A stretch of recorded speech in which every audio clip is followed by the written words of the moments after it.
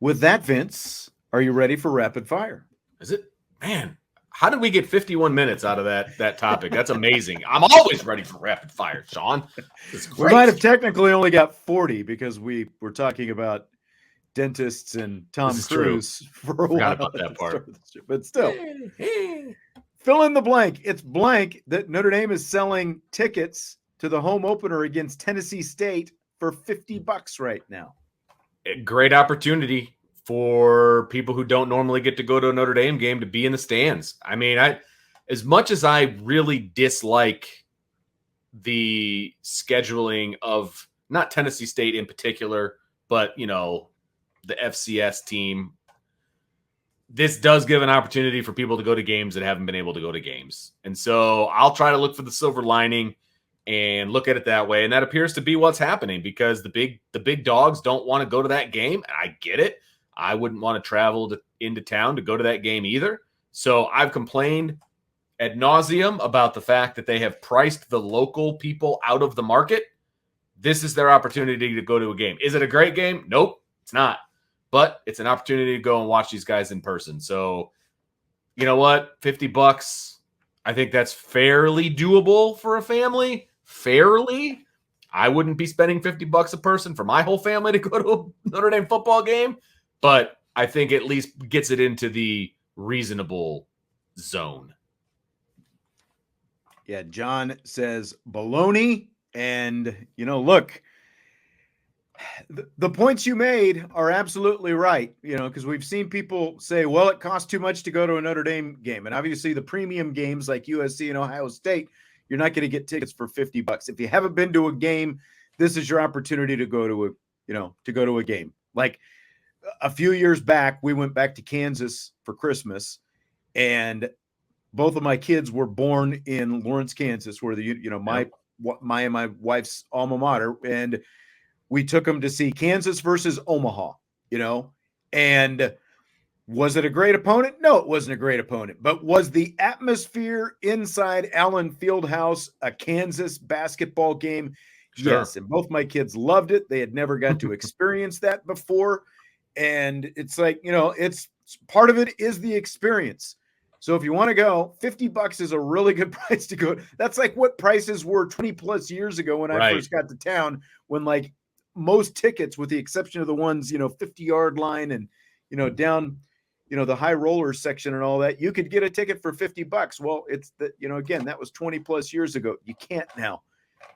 But it also does speak to the demand for a game like this. It's the first time they've ever played an FCS opponent, and I know they've tried to spin it, in a lot of different directions. Yes, they have. There's only 47 days to go, and they started this 3 days ago when it was 50 days to go until the home opener. 50 days to go, so we're selling tickets for $50. Look, there's not a lot of demand for it, and so part of that is what you get. I'll be really curious to see if they can sell it out. I hope they can, but again, just what you said, if you've been complaining because it costs too much to go to a game and you want to go to a game, get your tickets for 50, for two people, $100. Yeah. That's less than a Cubs game, I think, right now. So I'm sure it is. Take advantage of it if you haven't been and you want to go. Yeah. So, Vince, a poll of NFL coaches, executives, and scouts ranks Notre Dame alum Zack Martin as the number one interior lineman in the NFL, while fellow Irish alum Quenton Nelson ranks number 3 in this poll. So my question is, do you care to rethink having Quenton Nelson number 1 on your recent all-time ranking of Notre Dame players? I do not, because NFL has nothing to do with Notre Dame. So I still think Quenton Nelson had a better career at Notre Dame than Zack Martin did. But at the same time, I love Zack Martin. I love Zack Martin. I know Zack Martin. And I know you love Zack Martin, probably more for what he's doing post Notre Dame than what he did during Notre Dame. That's not fair. I love him for both. Your love is skewed. But I still think Quenton Nelson was a better Notre Dame player than Zack Martin. Now, you're splitting hairs here. But an NFL poll is not going to sway me, Sean Stiers. It's not going to do it. This is why, the criteria that we used when we did those rankings on Friday were like, you were looking at basically the last 25-ish years. Yeah. I was looking all time, and like someone posted, after the fact over the weekend, you should have done a pre-2000 and a post-2000. Well, even if we did that, you're still talking about 23 years of football versus almost 100 years of football, before that, even if you break it down. Yeah, absolutely. Like that. But, Quenton Nelson is obviously very good. I found it interesting. Joe Thuney from the Kansas City Chiefs sandwiched in between Zack Martin and Quenton Nelson. Quenton was number one in the poll they did last year. Here's what they said. Here's a quote from an AFC scout. Maybe a bit harsh, but the tape was not good. He's talking about Quenton Nelson. The whole Colts line was bad and overpaid last year. And this is why Quenton Nelson falls from number one, not just to number two, but to number three on this. They ranked 27th in total offense, despite three linemen, Nelson, Ryan Kelly, and tackle Braden Smith, playing on contracts worth a combined $200 million last year. They went on to say, he must have been more hurt than he let on, because I refuse to believe suddenly he became a bad player. One other NFL person. And I completely agree with that. There was a lot going on with their team last year, a lot of issues around him. And, and I can agree with that. But like Zack Martin, a couple of years ago, he had, he's been, dealing with some injuries of his own. He has still remained very consistent. He's the most consistent interior lineman, I would argue, in the NFL. He's 5 years older than Quenton Nelson, so he's been around the block a little bit more, little bit banged up. And that's what, here's a high-ranking NFL executive on Zack Martin. He's maybe declined physically a little bit due to age, but he's so smart and so instinctive that he makes up for any physical shortcoming. And I think that that's probably the difference between, Zack Martin and Quenton Nelson. Like Quenton Nelson impresses everybody because of the sheer size and some of the, just behemoth type, like all the, like the gift type plays and stuff that he makes. Like Zack Martin doesn't have a bunch of those that show up, but he's just so technically sound, and the experience that he has, I think, puts him ahead of so many other guys. I think, again, like, because he doesn't have that sheer mass that Quenton Nelson has and some of the pancakes and stuff like that, he doesn't jump out and impress a lot of people the same way. But when you sit back and look at him, I think he's given up one sack in his entire, career so far. So he's doing pretty well. Argue with it. You can't argue with the success that Zack Martin has had. He is an all-timer. He's a Pro Bowler. I just think if Nelson is your number one, Zack has got to be in there somewhere. But you're trying to say that's fair. No, okay, that's fair. Pro doesn't count. I will. I'm looking at my list because it's still on the same piece of paper as my list for today. And you're right. He should be somewhere on this list. I will give you that. So I will say that I left him off the list, but I still think Quenton Nelson's number one. All right. I mean, I can't argue with Quenton, especially if you're just going like the last however many years you put it, basically in half of your lifetime or something like that. More than half. But I went 92, 93. 92, yeah, so like 30 years, 30 years, basically. Yeah. Okay, so the Texas Longhorns have an over-under win total of 9.5. Here we go. In their final season in the Big 12 this year. So let's predict their record. All right. Do you want me to go all the way through the schedule, or do you want and then or do you want to go a game at a time? Okay, yeah, let's go each game and we'll say win or loss or push or whatever we do. All right. They host Rice. That should be a win. Going W? Okay. Yes, I am. So that's one. At Alabama. That should be a loss. Yeah, they lost by a point last year. Really good game in Austin. They impressed some people with it. And by the way, we should say Texas was 8-5 last year. Okay. Again, they have an over-under of 9.5 this season. Okay, so we agree. Lose at Alabama. They're 1-1 now. Okay. They host Wyoming. Win. W. Okay. W. So now they're 2-1. Now they go to Baylor. So this is where, because they're getting in obviously into their Big 12 schedule now, and so this is where things get a little interesting. And I will be the first to admit I am not 100% familiar with every single team in the Big 12. Is Baylor going to be good this year, Sean Stiers? And it's at Baylor. That's a good question. There are like so many 8-5 teams in the Big 12 last year, Yeah. And what Dave Aranda and Baylor is going to be year in and year out. They're basically equal with Texas right now. They really shouldn't be equal with Texas, but this is kind of a toss-up. So do you want to call this one a toss-up? We'll call this one a push for now. Call it a push. So we've got 2-1-1 right now. So what are your Jayhawks bringing back? They're going to bring back a lot.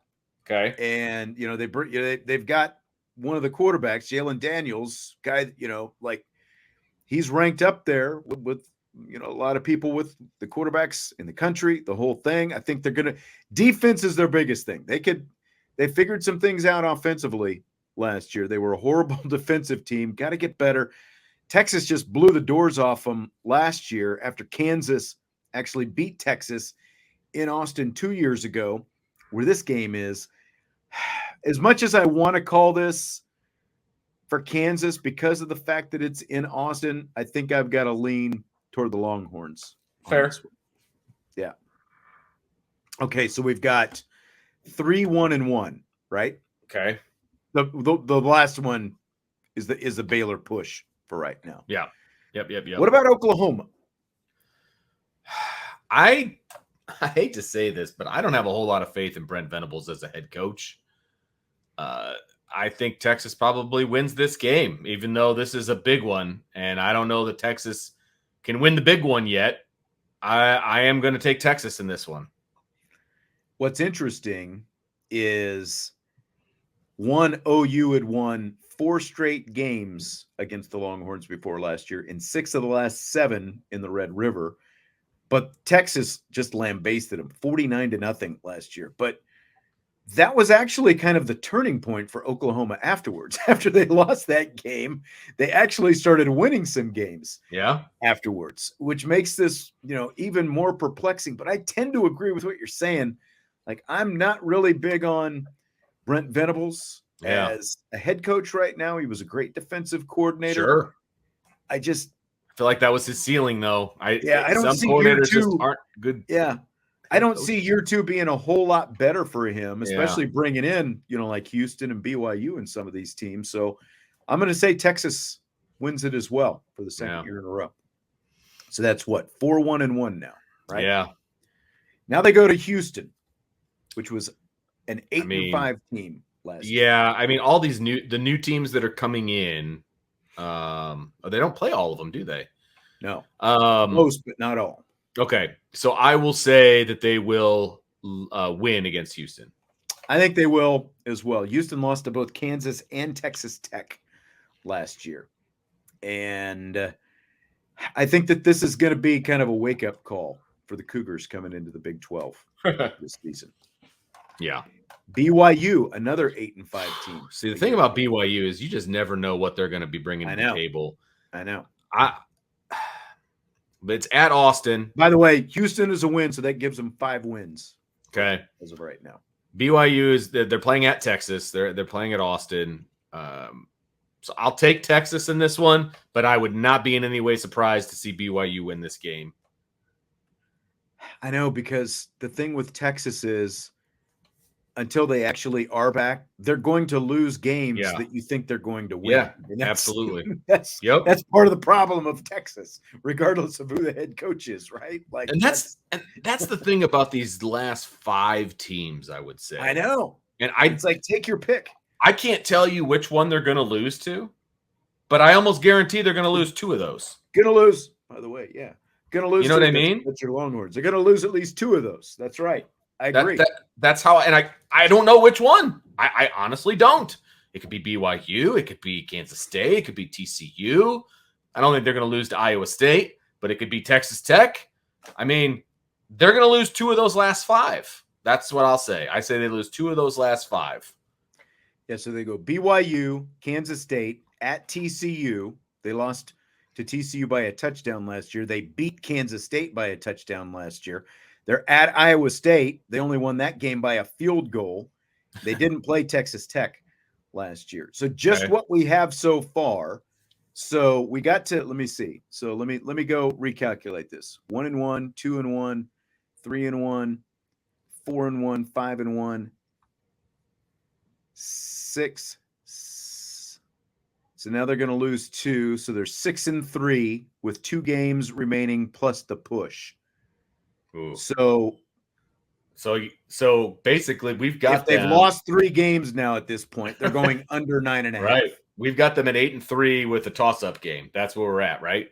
Yeah, exactly. And, so even if they win that game, they're not getting to 10, and the over/under is 9.5. Correct. I see them as I see them as a 9-win team. I do. Now that we go through it, I think they're a 9-win team, and I think I would take the under there. Yep, and I would feel pretty good about it. Feel the exact same way. Yeah. Yep. I love doing the full exercise. James says BYU has you holding your breath. It's it's like, well, you're not a Texas fan, obviously. That's right. So the Packers and Colts have the 3rd fewest losses over the last 20 years of any team in the NFL, but they've each won just 1 championship. As a fan, would you be okay with that? That is a crazy stat to me, first of all, because Peyton Manning hasn't been with the Colts in quite a while. So right. they've been just throwing quarterbacks at the wall and seeing what'll stick. And they've been enough to win regular season games. They don't really win in the playoffs, whatever. The Packers have had 1 quarterback basically that entire time. He's just not good enough to really win them a championship. They won 1, obviously, with him there, but not consistent. And they've lost so many home games. What's crazy is like last week, NFL Network, they've been replaying a lot of the, conference, NFC, AFC championship games and stuff like that. They were replaying Seattle, Green Bay in the conference championship. I believe it was 2013. Okay. It was the year, and I'm sitting here watching it, and the Packers are up by like 2 touchdowns in the 4th quarter. And I'm like, hold it. Because it's, it just turned it. I'm like, Packers didn't go to a 2nd Super Bowl, did they?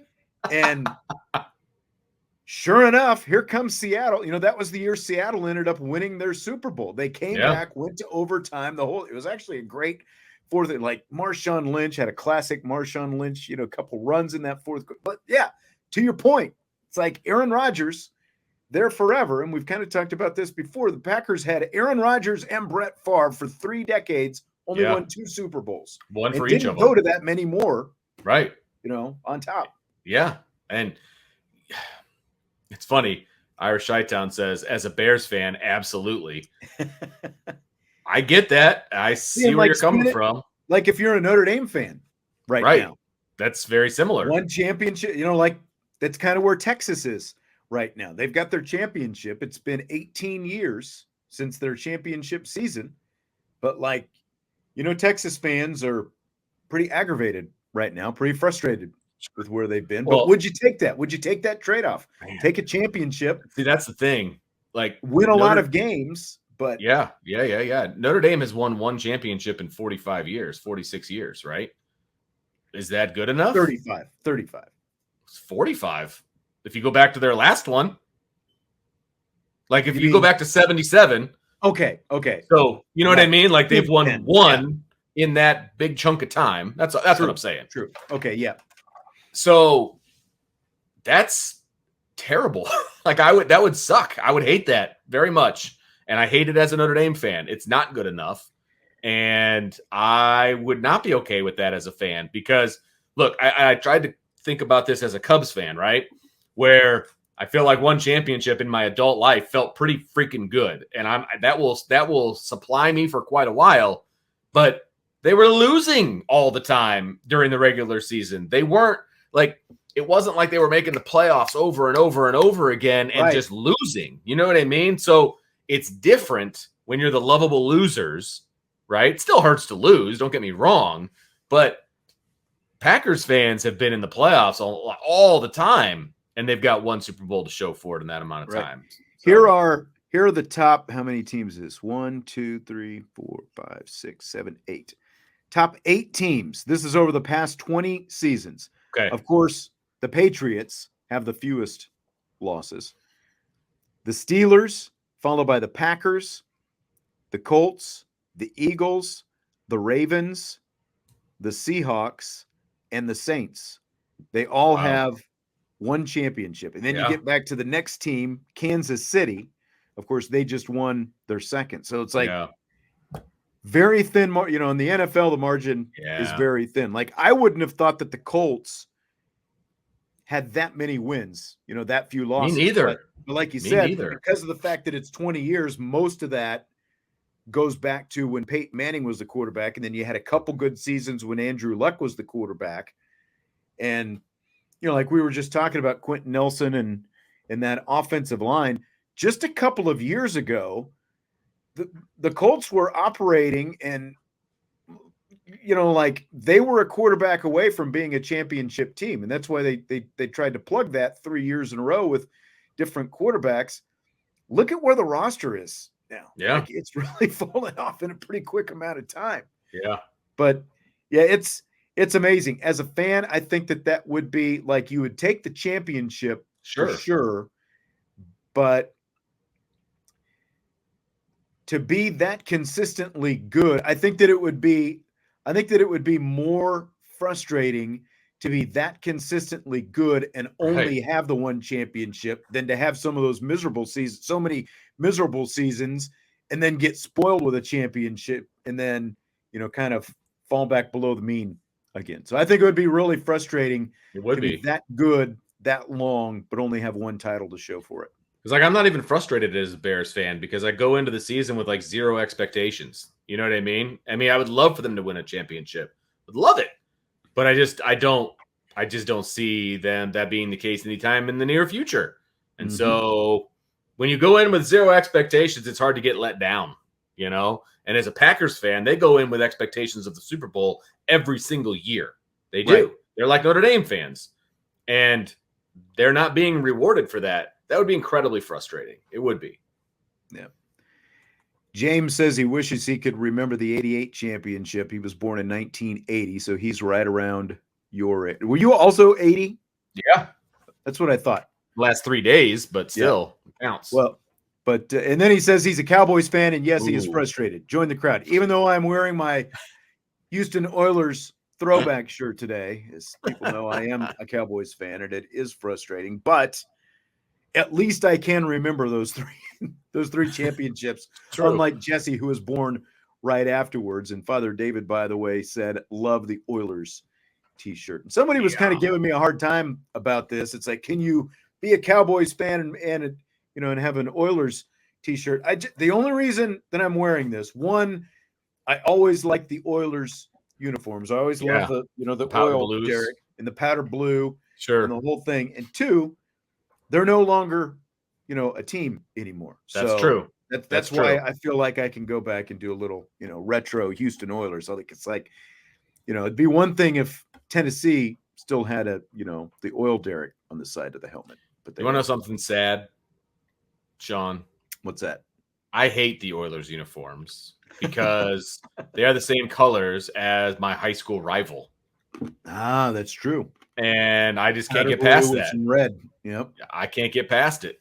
So, this is where I'm at. Good call. Good call. Didn't think about that. Indy Cheat Sheet wants to know how you feel about the September 23rd weekend, Notre Dame versus Ohio State and Bears versus Chiefs. Well, I feel really good about the beginning of that weekend and really bad about the end of that weekend. And I will be that Sunday while the Bears are playing the Chiefs. I'll be rewatching the Notre Dame Ohio State game in preparation for upon further review where we break down the tape, and I'm going to really be enjoying myself and not really worrying about how bad the Bears are going to get beat by the Chiefs. Good call. Yeah. Irish Chi-Town wants to know, would you rather win 3 national championships over the next 2 decades but have an overall winning percentage below 500, or 1 championship but finish in the top 10 every season? I think I would take the 3. I would too. I would too. 2 decades is a long time to go with only one championship. Although, like you said, we've gone 2 decades with Notre Dame and they haven't won think one. about it. Yeah. So, Like think about since 2003. There's your 2 decades right there. Yeah. Would you take 3 championships in that span? I would take one. That's the problem. So I would take one. You know what I mean? Yeah, I would take one. Yeah. That's tough, Yeah, man. I would definitely take the 3. I mean, I would too. Some of those, if you're below 500 overall, that means you've had some really bad seasons. And it also means, especially in college, that you're going through some coaches. No one's going to last that long. So it's like multiple coaches will be building it up in the whole thing. It would be like if Charlie Weiss won one, and then probably Brian Kelly won 2, because there was no way Bob Davie or Tyrone Willingham were going to put together a championship team. No. So, they barely put together a shopping list. It would be like if Charlie won one in 2006, BK won one in 2012, and then won one of the 2 times they went to the playoff in 18 or 20. So, boy, we'd be feeling a lot different about Notre Dame, wouldn't we? Seriously. We'd also still have Brian Kelly, though. So, and therein lies. King wants to know, what's the importance of playing in Ireland? Are we recruiting there? No, we're not recruiting football players in Ireland unless you're talking about football as in soccer. And look, the importance is it's fun for the kids. I mean, what's the importance of the women's basketball team playing in London? It's a cool experience. Paris. I'm sorry. Excuse me. Paris. Like, it's a cool experience. That's the importance. They're not, Neil Ivey isn't recruiting French basketball players, my guess. But it's a really cool experience to take your team to Paris. So absolutely, that's what it is. Just like it's a cool experience to go to Ireland, and you get to sell a lot of packages to alums and everybody else. I'm sure Notre Dame's going to get a cut of that. So I don't see much in my Twitter feed these days, but it is filled with Notre Dame alums tweeting about the golf experience that they're trying to get people to buy a package to go play in. There you go. There you go. Yep.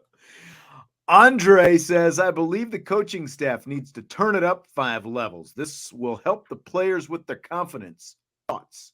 Turn it up. What does that mean? Turn it up 5 levels. I know, Andre, you probably haven't been to a practice, but they are pretty intense, the coaches, when they're at practice. If they turn it up too far, they're all going to have heart attacks and die. So I don't know that I would want them turning it up too much. And depends on your definition of turning it up. I don't know how that really helps Notre Dame's confidence level. I don't know that those two things kind of go hand in hand. Yeah. I don't think they need guys yelling and screaming all the time out there at practice. Right. I think they're doing a good job. Yeah. Yep. The intensity level is just fine at practice. It's really not a worry that I have. No. Concur. So I'm going to get one more question in here tonight. Philip Rivers and his wife are expecting their 10th child. Unbelievable. And the cassette tape is actually making a comeback, apparently. There are some current recording artists who have begun releasing their albums on cassette tapes once again. What do they have in common? Well, here's my question, Vince. Which is more likely? You and your wife add to your brood, the D'Addario household, or you would have the ability to actually play a cassette tape if I gave you one today? As in, do you have the means to play a cassette tape if I gave you a cassette tape right now? I was confused by the question because I thought you were questioning whether I would know how to use one. Like if I gave one to my son, how to use one. Okay. But what I'm saying is, in your house or even a car, I don't know how old your car is. Would you have a way to play a cassette tape if I gave you one? See, look at this. You've actually got some cassette tapes. I'm impressed. These are from my days of, having cassette. There we go. How about the Temptations? Nice. That's my style right there. Okay.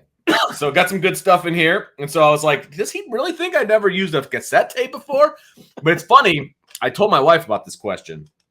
And of course, she immediately took offense to the fact that you would even ask me that. That I'm asking if you're having more kids. But she's like, you know realize it's all in good fun. I know. That's what I told her. I go, she goes, you realize you can't play a cassette. We have no means of playing a cassette tape at our house.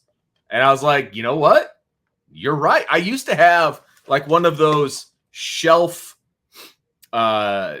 players that had like the CD tray on the top, and it had like the two cassettes on the bottom, and you could take the speakers off and put them like around the room. You know what I mean? I had it from my dorm room. And had like a cassette deck on the front kind of thing. And it finally petered out, and I got rid of it probably 5 or so years ago.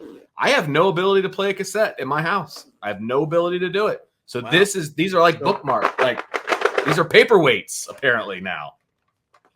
Yeah, I've got like a whole like stack of cassette tapes because like that's how, you know, back in the day, that's how we used to record, you know, like when we were doing live games, you know, calling Notre Dame games and stuff like that. They would record on cassette tapes.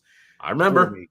And, you know, obviously at some point, you know, things went to digital. We had the ability to do digital back then, but we didn't have enough memory, I don't think, on the computer, you know, like to keep any of it. So like I've got all these cassette tapes of like old games and stuff like that. And I do have, because I bought it specifically so I could like, you know, dub it into a computer if I needed, you know, to keep it.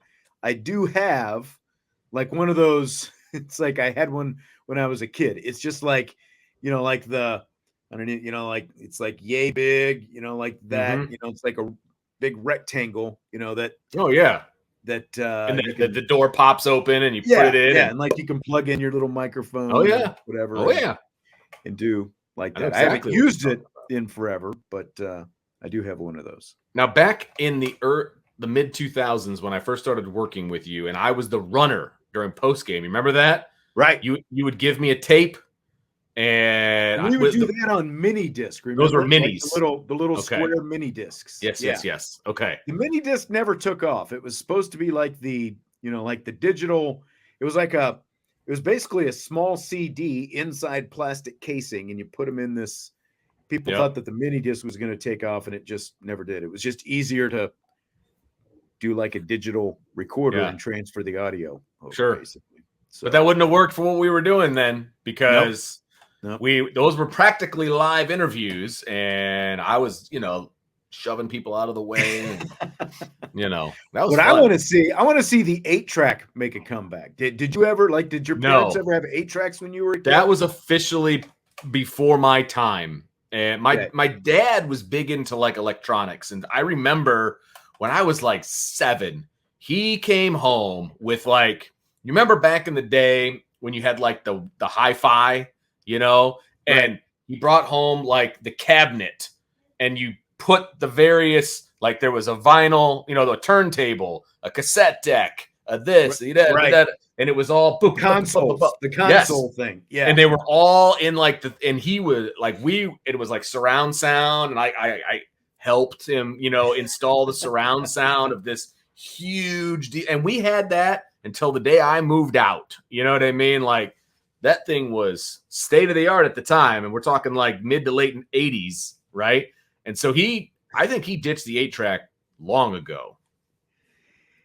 Yeah. I actually want to start doing some searching and see if I can, because my dad, Father David says, I remember when I was a kid, I found a Super Tramp 8-track. I thought it was an Atari game and was super pissed that I couldn't play it. Yeah, like Super Tramp. My dad had like, you know, Simon and Garfunkel and Jim Croce and CCR, you know, and all his like Waylon and Willie and all that kind of stuff on his 8-tracks. I think he still has like a whole drawer full of 8-tracks really in his house back in Kansas, but no way to play them. We had like, you know, he had like what you're talking about. We had like you know, like the record player, and might have had a cassette deck. I know it had an 8-track that, you know, like that whole. Yep.